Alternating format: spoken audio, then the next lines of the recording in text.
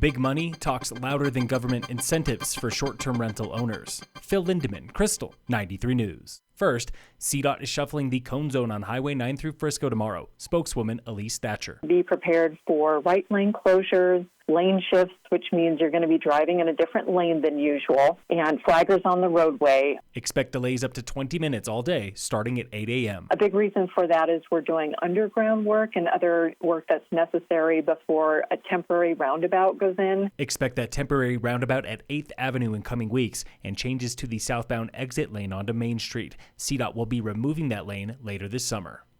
The latest unemployment numbers are in, showing the state unemployment rate has been holding steady since February at 6.4%. All industries except for mining and logging are up compared to last year, most notably leisure and hospitality, the bread and butter of Summit County, up 63% statewide. Local data is not yet available.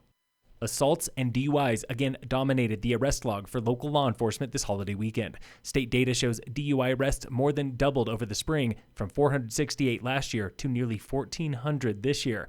And summer is high season for DUI fatalities. So far this year, 47 people statewide have been killed by impaired drivers, none of them in Summit.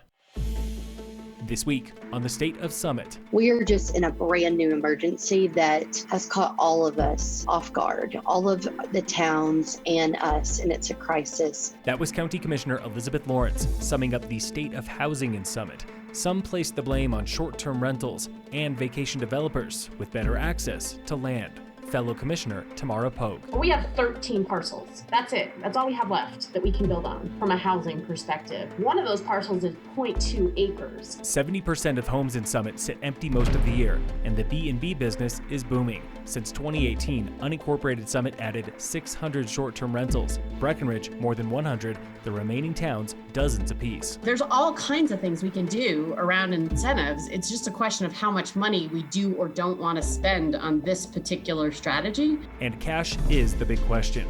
Rental properties in Breck alone have generated a record high $8 million in taxes this year, 3 to 4 times more than other industries. Commissioner Josh Blanchard. Not one solution is going to fix, or holistically address the challenges that we're experiencing when it comes to housing. Workforce projects are on the docket for Breckenridge, Dillon Valley, Dillon, and Frisco, but most are still several years away. Rental buyback programs have been slow to gain traction. Tune in again next Wednesday for The State of Summit on Krystal 93. Whitewater officials were asking boaters to stay off Browns Canyon this holiday, and they listened. Glenn Catone with the Arkansas Headwaters. We saw a decrease on both Saturday and Sunday from what it's been in the past. But the high season on Browns is not yet done. Catone wants rafts and kayaks to float other stretches this weekend and next, or run the risk of imposing private boating permits all summer long and into the future.